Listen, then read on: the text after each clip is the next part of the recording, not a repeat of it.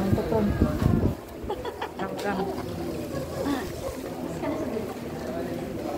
Medical time, guys. Daming tao.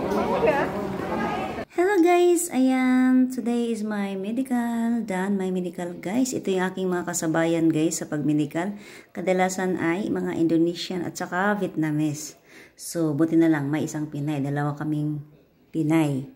So, ayan, kakatapos lang namin guys mag-lunch. Kasi in the morning guys, pag hindi talaga ako kumakain guys sa umaga, pag mag-medical ako. Yun ang problema ko talaga guys, pag ang tagal ko sa CR. Every medical, ganyan talaga. Kiyatay, uy, kakainis. So, yan na nga guys. Paano na kami guys, pauwi. Ang mga Inday, malayo-layo pa kasi sila guys. Ako medyo dito lang banda.